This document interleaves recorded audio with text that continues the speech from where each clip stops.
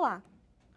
O opressor não seria tão forte se não tivesse cúmplices entre os próprios oprimidos. A frase da escritora feminista Simone de Beauvoir é comprovada com o resultado da pesquisa realizada em 2010 pela Fundação Perseu Abramo. O resultado apontou que 1 em cada 4 mulheres sofre algum tipo de violência na hora do parto. Negligência, pressão psicológica, procedimentos dolorosos e desnecessários, e até mesmo sem o consentimento da mulher, formam muitas vezes um cenário dramático para as gestantes. Outro problema também enfrentado é a cesárea. Cada vez mais adotado entre os nascimentos, o procedimento vai contra a indicação da Organização Mundial de Saúde, que recomenda que o índice de cesarianas seja de, no máximo, 15%. No Brasil, esse número atinge 52% no SUS e 88% na rede privada.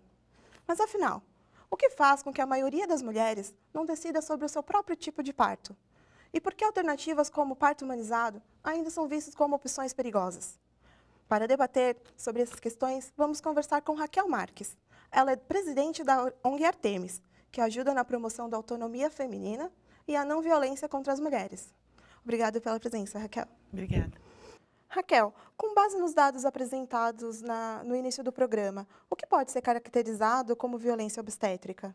A violência obstétrica são ações, omissões, condutas que causam sofrimentos desnecessários às mulheres ou prejudicam a sua autonomia. A violência obstétrica ela pode ser tanto física quanto moral ou psicológica. De violências psicológicas, nós falamos do isolamento a que algumas mulheres são submetidas, a negativa da presença do acompanhante, ameaças, se você não colaborar conosco, nós não vamos dar assistência, ou vai acontecer alguma coisa com seu filho.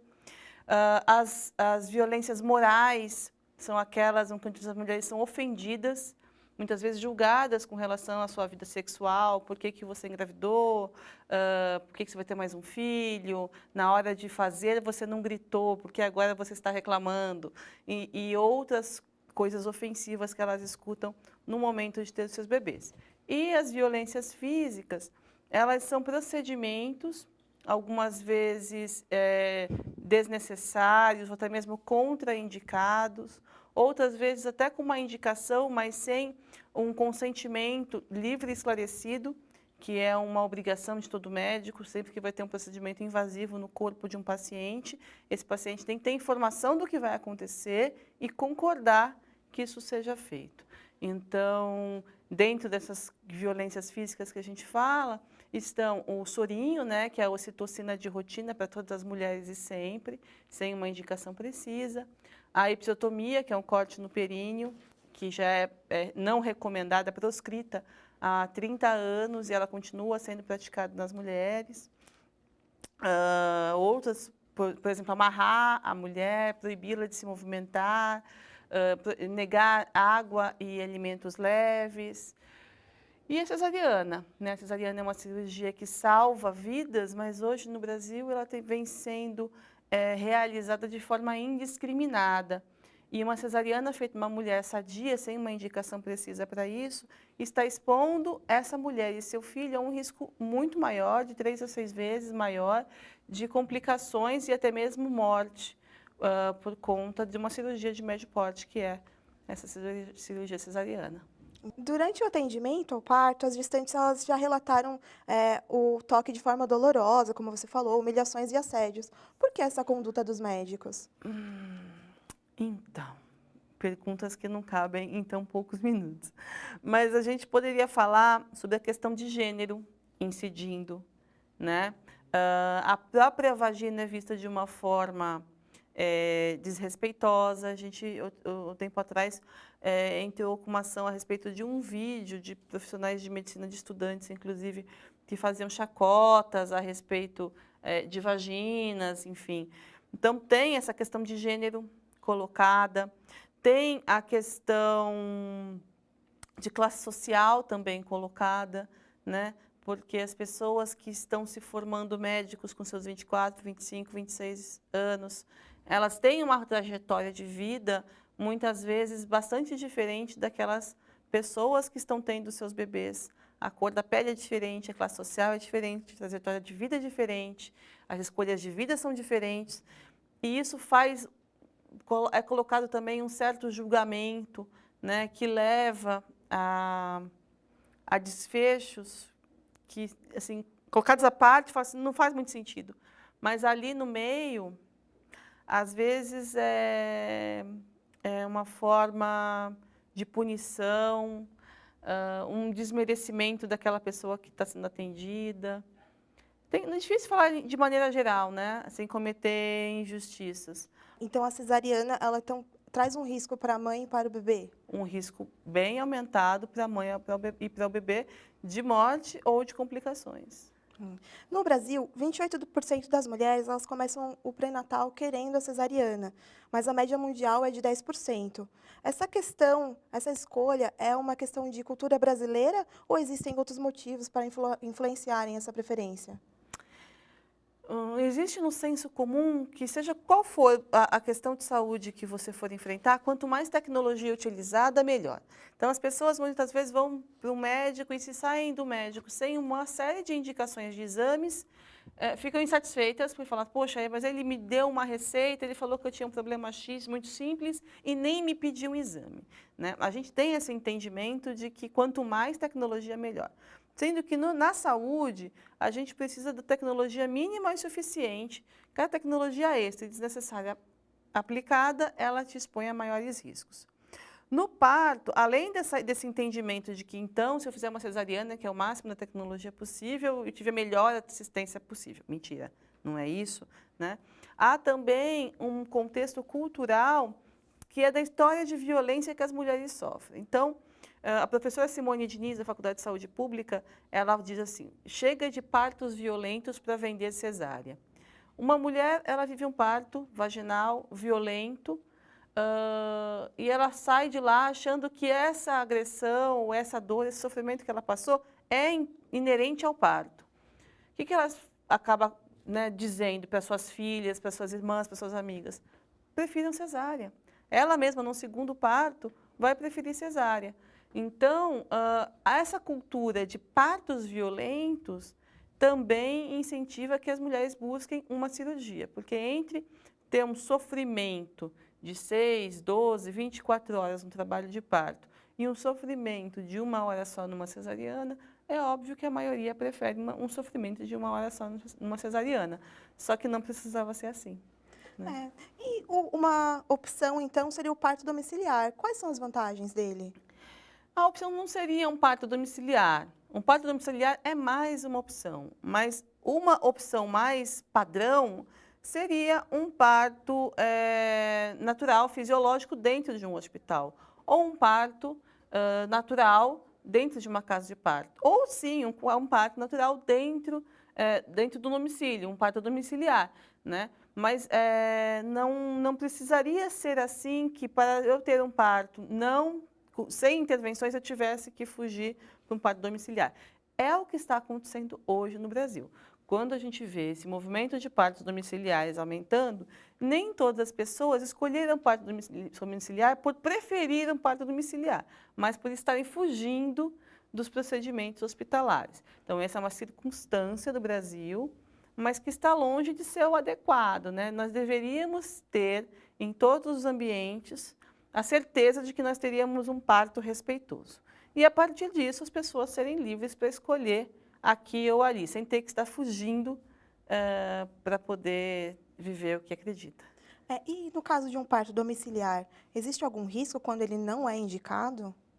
Um parto domiciliar, ele deve sempre ser assistido ou por um médico obstetra, ou por uma enfermeira com especialização em obstetrícia, ou por uma obstetriz, que é uma profissional de nível superior, formada aqui na Faculdade de Ciências e Humanidades da USP, na EASH. Esses 3 profissionais, eles estão capacitados para atender um parto normal fisiológico. Dentro de um domicílio, não é possível realizar nenhum tipo de procedimento. Então, não pode ter anestesia, não pode ter o corte no períneo, que é a episiotomia, não pode ter aceleração de parto via ocitocina, nada. Então, essa mulher e esse bebê, eles só são elegíveis a um parto domiciliar se o pré-natal transcorreu sem riscos, sem nenhuma intercorrência. Então, é um parto de risco habitual ou de baixo risco. Somente esse grupo está habilitado a ter um parto em casa. Então, se a pessoa tem uma gestação de baixo risco e está sendo acompanhada, tanto na gestação quanto durante o trabalho de parto, por uma obstetriz, uma enfermeira obstetra ou um médico, ela está garantida de que as coisas estão sob controle. Esses profissionais vão acompanhar esse trabalho de parto até o nascimento e caso eles notem qualquer intercorrência, muito antes disso virar uma complicação, é combinado de que então vamos para o hospital. E aqui em São Paulo, em alguns minutos a gente chega no hospital, não é por isso que a gente tem uma complicação maior. O Conselho Federal de Medicina, ele recomenda que partos sejam feitos somente em ambientes hospitalares. E em 2012, o Conselho Regional do Rio de Janeiro, de Medicina do Rio de Janeiro, ele chegou a proibir os médicos de participarem de partos domiciliares. Por que a postura desses órgãos? A maneira como o esquema está organizado hoje, com cesarianas eletivas e o parto no controle dos médicos, está tudo muito certinho. Aí, de repente, vem o pessoal falando, não, vamos resgatar o parto, né? Vamos atender de uma maneira diferente. Isso muda muito a maneira de pensar, assusta as pessoas, porque muda a forma como elas estão trabalhando, fere interesses financeiros, porque os hospitais são uma indústria, né? Há uma indústria por trás da hospitalização do parto, e as consequências são várias. Alguns grupos ficam bem descontentes, como os anestesistas, por exemplo, eles já emitiram pareceres e notas a esse respeito, né, de que são contra, até porque eles não podem anestesiar dentro de um domicílio. Então, é preciso entender que esse é um terreno com muitos atores, né? São esses fatores que fazem com que a gente vá contra a indicação da Organização Mundial de Saúde, né? Ela fala que dentro de um país, o número de cesarianas deveria ser de 15% do total. Aqui nós temos 52%. Tem algum interesse, além do que você já citou, dos médicos aconselharem as mães a escolherem a cesariana? Em primeiro lugar, os médicos, eles realmente acreditam, eles também acreditam que a cesariana é melhor. Tanto que a gente vê que muitas vezes os médicos fazem cesarianas nas suas esposas, nas suas filhas, as médicas preferem cesarianas. Então, eles também estão imersos nesse caldo cultural que valoriza a tecnologia, que acredita na questão mais limpa, mais rápida, né, que a cesariana proporciona. Depois, acho que um outro fator que até leva esses profissionais mesmos a preferirem a cesariana é a formação do médico, né? A formação médica, ela é mais voltada para a doença do que para a saúde. É uma característica, é um profissional acostumado a lidar com a doença, tentando devolver a saúde. Mas ele não está acostumado a olhar a saúde.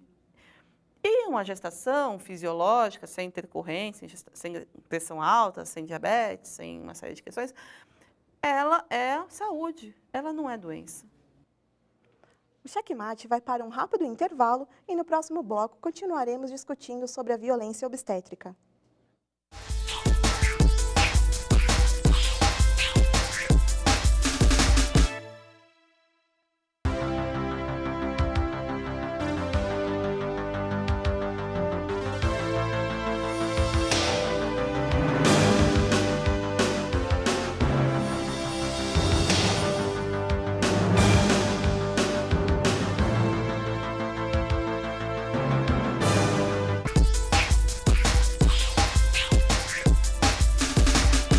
O Checkmate está de volta e o assunto de hoje aborda os direitos da mulher na hora do parto e a violência obstétrica.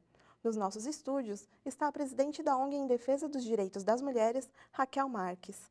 Bom, Raquel, eu queria começar o segundo bloco perguntando sobre o seu trabalho na Artemis. Quais são os casos que vocês atendem lá? A Artemis é uma associação essencialmente política. O que nós fazemos é mobilizar a opinião pública, iluminando essa questão que ainda é pouco conhecida.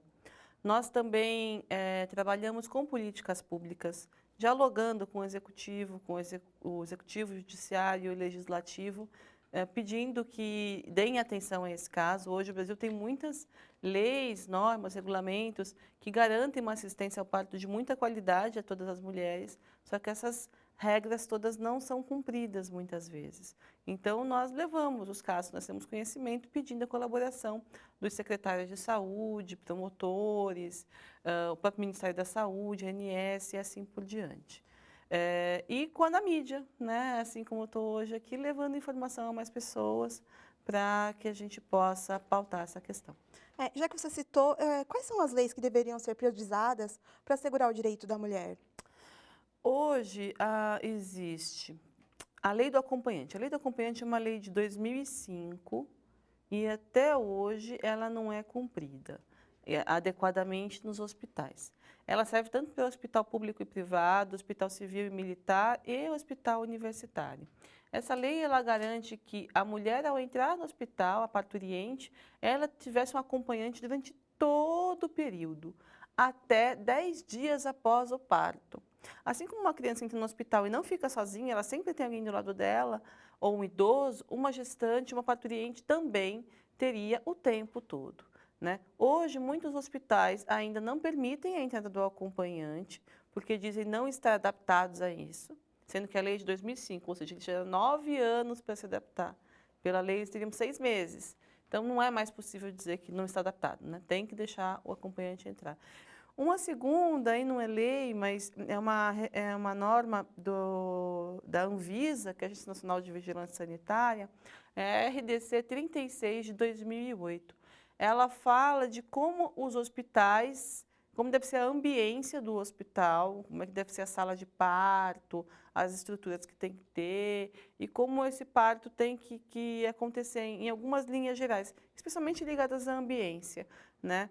E que se ela realmente estivesse acontecendo, se os hospitais tivessem essa infraestrutura adequada, as mulheres que têm um parto normal, elas teriam um parto de muito mais qualidade, numa sala de PPP que a gente fala, que você espera as contrações e a dilatação completa nessa sala, que é a sala de pré-parto, o bebê nasce nessa mesma sala e você permanece lá no pós-parto, sem ter que ficar numa sala com várias pessoas esperando a dilatação completa, depois ser transferida para um centro obstétrico, depois sai.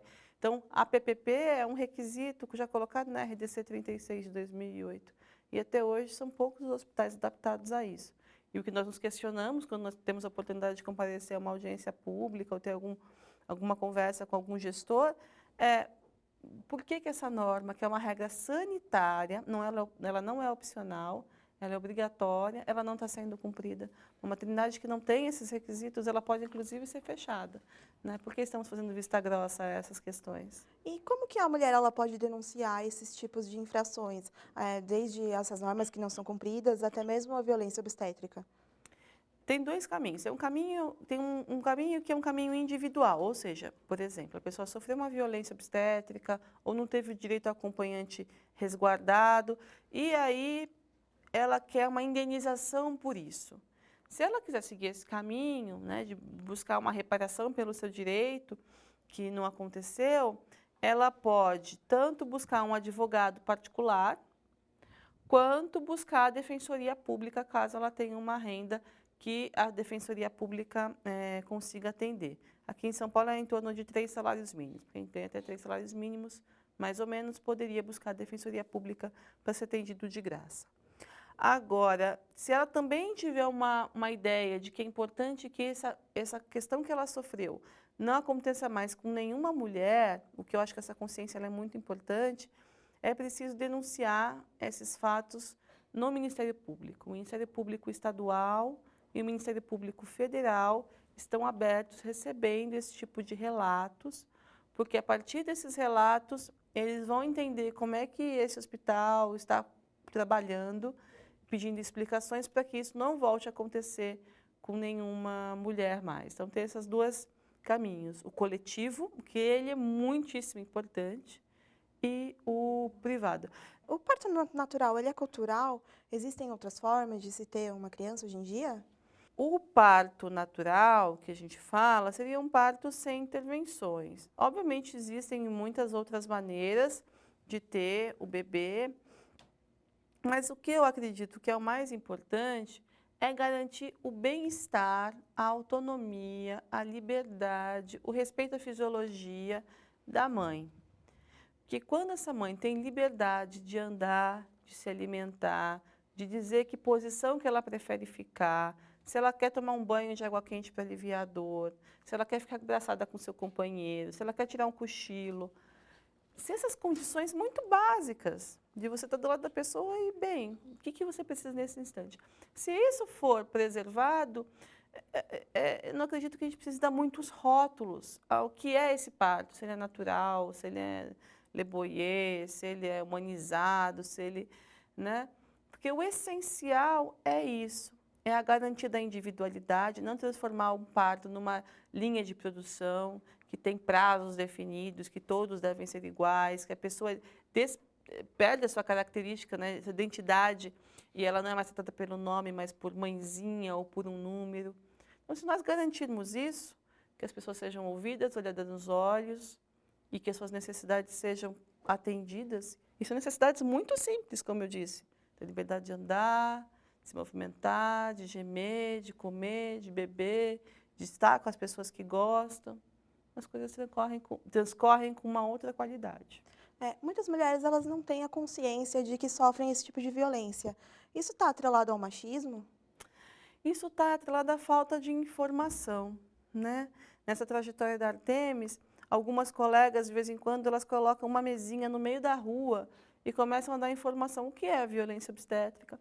E quando elas começam a contar para as pessoas o que é necessário, o que são os procedimentos corretos, quais são os procedimentos que não deveriam acontecer de rotina e assim por diante, muitas vezes as pessoas falam, nossa, mas aquilo que eu vivi então não era para ser assim, podia ser diferente, não era imprescindível, se não acontecesse meu filho não ia morrer.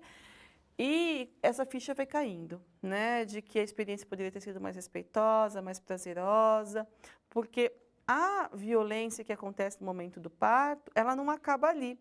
Nos relatos que nós recebemos, nós fazemos uma pergunta: quais as consequências dessa violência para a sua vida? E nós recebemos desde relatos de consequências físicas, pessoas que tiveram, seja na cicatriz da cesariana ou da episiotomia, alguma coisa assim, dificuldade de cicatrização, incontinência, danos na vida sexual, até casos de danos psicológicos tão severos que levam ao rompimento da relação com o companheiro, mulheres que desde que tiveram parto nunca mais quiseram ter relação sexual por medo de engravidar novamente, de tão traumático que for o parto. Esses casos não são poucos, mas não são tão raros. E é muito triste imaginar que uma experiência traumática dessa possa ter consequências na vida de várias mulheres para o resto da vida, né? Relações sexuais com dor para sempre, perda do prazer. E não é pelo parto, e não é porque a pessoa teve um parto vaginal, teve um parto, é por conta dos procedimentos desnecessários que foram realizados no parto. Por mais que a gente busque reparação, até judicial para isso, não tem dinheiro que pague as oportunidades roubadas nesse momento. Raquel, o tema da dissertação do seu mestrado é cyberativismo em defesa do parto humanizado e da descriminalização do aborto. Qual é a relação do parto humanizado com a descriminalização do aborto, seguindo a linha do seu mestrado? A minha pergunta de mestrado foi decorrente de uma curiosidade minha. Parto e aborto, ambas estão debaixo de um guarda-chuva, que são os direitos reprodutivos. E a minha pergunta era, por que quem fala de parto não fala de aborto? E por que quem fala de aborto não fala de parto, né? O meu mestrado ele teve a proposta de ser um pouquinho crica e só falar das diferenças ou dos problemas e não falar tanto dos elogios ou das semelhanças, né? E a conclusão que eu chego, assim, analisando o movimento de vários aspectos, é que o movimento do aborto, ele é um movimento que une mulheres de várias classes sociais, de várias idades, e todas elas buscando a universalização do serviço. Então, toda mulher que milita pela descriminalização do aborto, ela não está pretendendo no futuro virar uma profissional que pratique um aborto. Ela quer que o aborto, que hoje até já acontece, esteja disponível para todas as mulheres de forma gratuita e segura. No movimento do parto, a característica do movimento é que ele começou por profissionais. e ele ainda está muito concentrado na classe média, ele não é tão popular nas classes mais baixas, e o movimento, até recentemente, ainda não tinha começado a pautar a necessidade desse parto estar disponível para todas as mulheres, de forma universal e gratuita, né? Era um movimento ainda ligado a, se você quer um profissional que te atenda, você precisa contratar esse profissional. As pessoas não se mobilizavam até recentemente para que isso fosse acessível a todas. Mas as coisas têm mudado nos últimos tempos.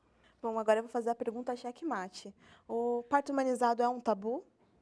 Parto humanizado, o parto é um tabu. O parto é um evento íntimo, fisiológico e de caráter sexual. O parto, ele junta a vida e a morte. O parto dá medo, o parto assusta, né? Então, as pessoas, sempre que possível, elas preferem não falar sobre parto, elas preferem não discutir sobre parto, não perguntar sobre parto. Parto deixa para o médico, ele resolve. Então, parto é tabu, que pena. Parto é tão lindo. Bom, Raquel, obrigado pela sua presença. Agora eu vou deixar espaço para você divulgar os seus contatos e também da Artemis. Tá, então vocês encontram a equipe da Artemis no site www.artemis.com.br. A gente conversa muito todos os dias com as pessoas pela fanpage no Facebook, que é facebook.com/artemisong. E lá no nosso site vocês também encontram nossos contatos, e-mail, e aí, eventualmente, a gente consegue ajudar em alguma necessidade que vocês tenham. O programa de hoje fica por aqui. A você de casa, continue ligado na programação da TV São Judas e até o próximo programa.